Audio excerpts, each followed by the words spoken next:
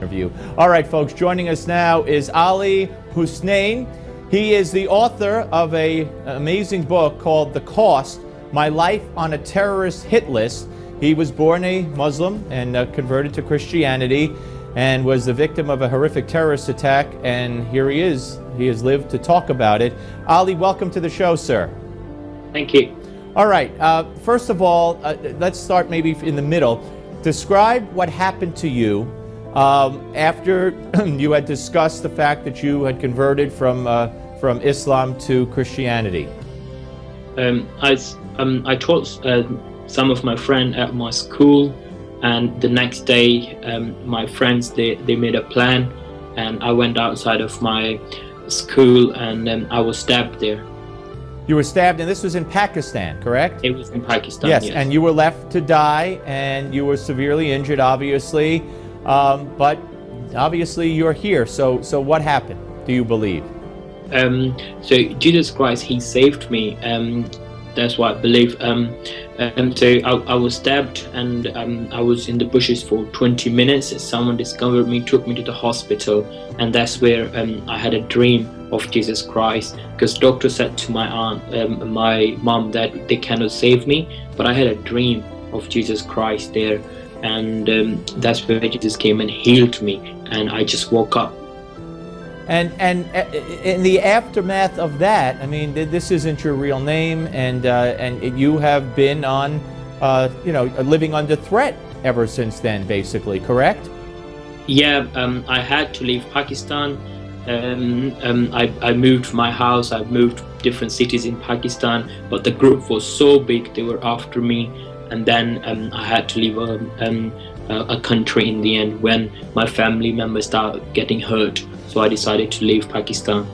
What is it? Well, first of all, briefly, what made you, growing up, in privilege, in Pakistan, where religion was such a big part of everything, what made you want to leave the faith and convert in the first place?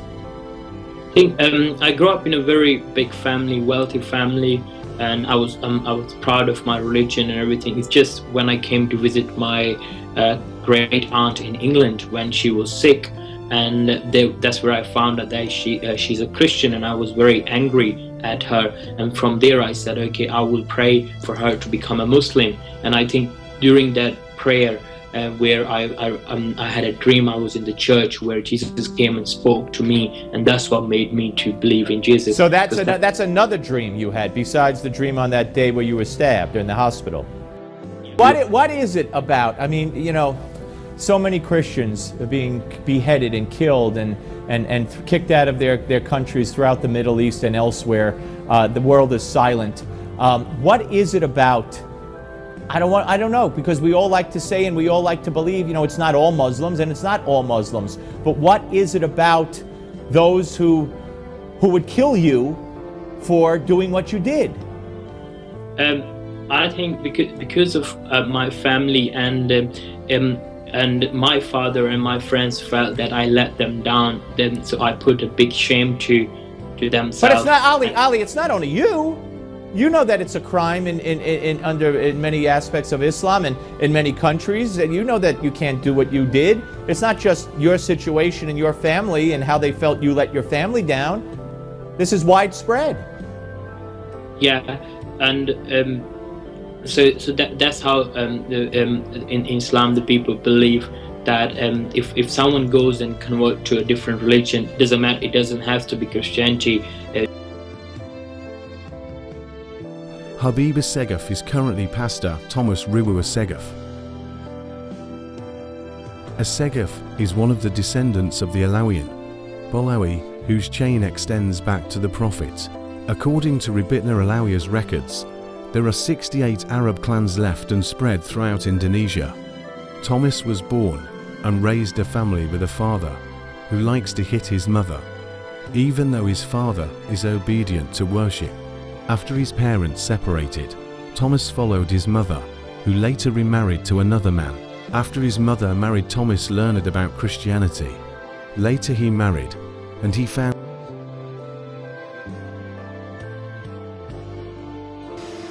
Saya bertumbuh dengan sebuah pengalaman yang gak menyenangkan bagi saya. Singkatnya, saya melihat sendiri dengan mata kepala saya gimana papa saya memukuli mama saya. Jadi ada KDRT juga, nih ya. betul, dan juga kami anak-anaknya sendiri pun juga dipukuli. Padahal dan taat beribadah. Iya.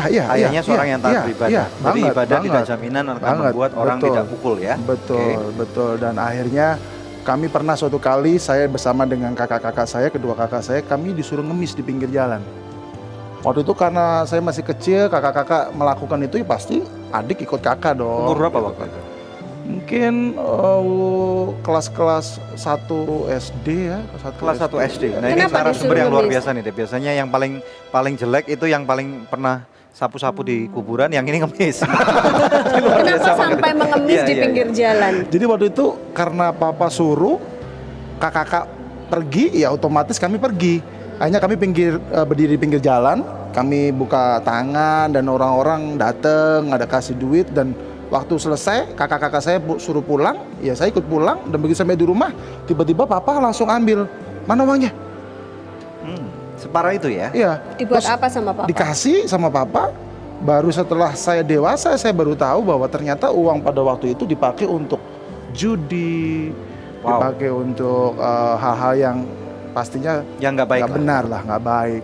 Jadi ketika mamah mungkin dalam kondisi yang udah nggak kuat kali ya, sebagai seorang wanita dia diperlakukan seperti itu, dia nggak kuat, dan akhirnya saya bersama dengan kakak-kakak kita dibawa pergi ke sebuah kota. Singkat cerita di kota itu mama menikah lagi, dan ketika mama menikah lagi barulah di situ saya belajar tentang yang namanya kekristenan itu yang seperti apa.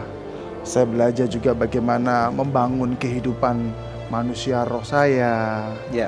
Mulai dari situ sampai akhirnya saya papa mama pindah lagi dari satu kota dan ketemu dengan Pak Roni yang sampai sekarang menjadi bapak rohani buat saya. Shalom. اسمي علي العطاس Nama saya Ali Al-Atas من اليمن. dari Yaman. اليمن لا يوجد فيها مسيحيون Di Yaman tidak ada orang Kristen, ولا يوجد فيها كنيسة tidak ada gereja, ولا يوجد فيها حتى الكتاب. sampai Alkitab pun tidak ada. قصتي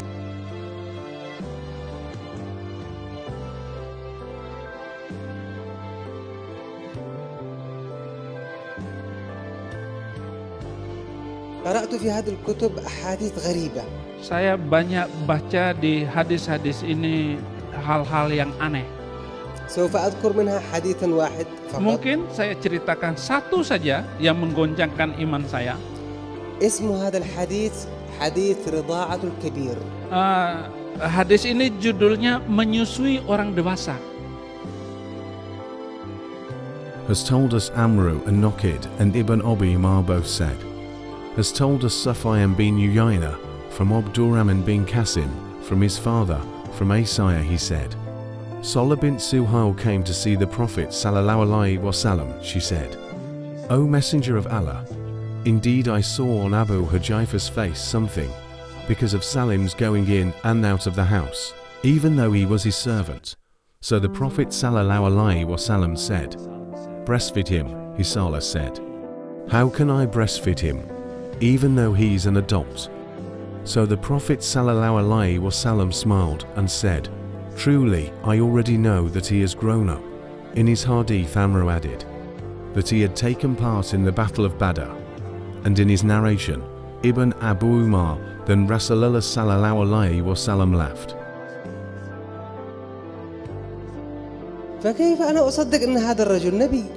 Bagaimana mungkin saya percaya pengajaran macam begini adalah pengajaran Nabi? Dan saya banyak belajar, mengertilah saya bahwa dia bukan Nabi. معجزات. Dia tidak punya mukjizat. وليس مثل يسوع الرب. Berbeda dengan Yesus Kristus. وبالنسبة للقرآن.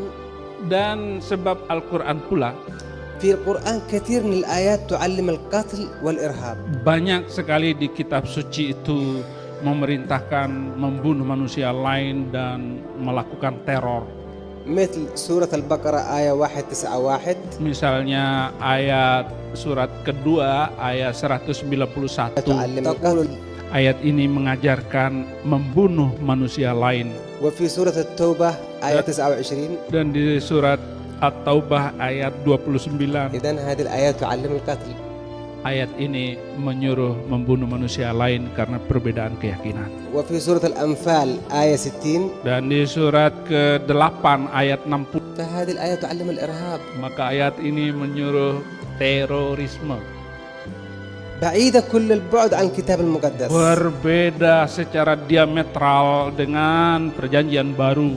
مثل متى 5 آية 44 Misalnya Matius 5 ayat 44, يقول يسوع الرب berkata Tuhan Yesus, اليوم أقول لكم hari ini saya berkata kepadamu, أحبوا أعداءكم kasihlah musuhmu وصلوا من أجل الذين يضطهدونكم dan berdoalah untuk orang yang menganiaya kamu, لتكونوا أبناء أبيكم الذي في السماوات. agar kamu pun dikasihi oleh Bapa di sorga. فهذه الآية تعلم المحبة. Ayat ini mengajarkan kasih. فيجب علي أن أتبع هذه الآيات وليس آيات محمد. Akhirnya saya harus ikuti ayat ini. وأشكر الرب يسوع كثيرا Dan saya terima kasih kepada Yesus لأنه هو Kristus. الذي اختارني ولم أختاره. Dia telah memilih saya, bukan saya yang memilih dia. وبعدها خرجت من اليمن وذهبت إلى إسطنبول Akhirnya saya keluar dari Yaman, pergi ke Istanbul لأتعمد. untuk dibaptis. Ubayd was one of the 4 Hanifs, and is Muhammad's cousin. Ubayd and his wife were Arab pagans, and became Muslims to escape Muslim persecution.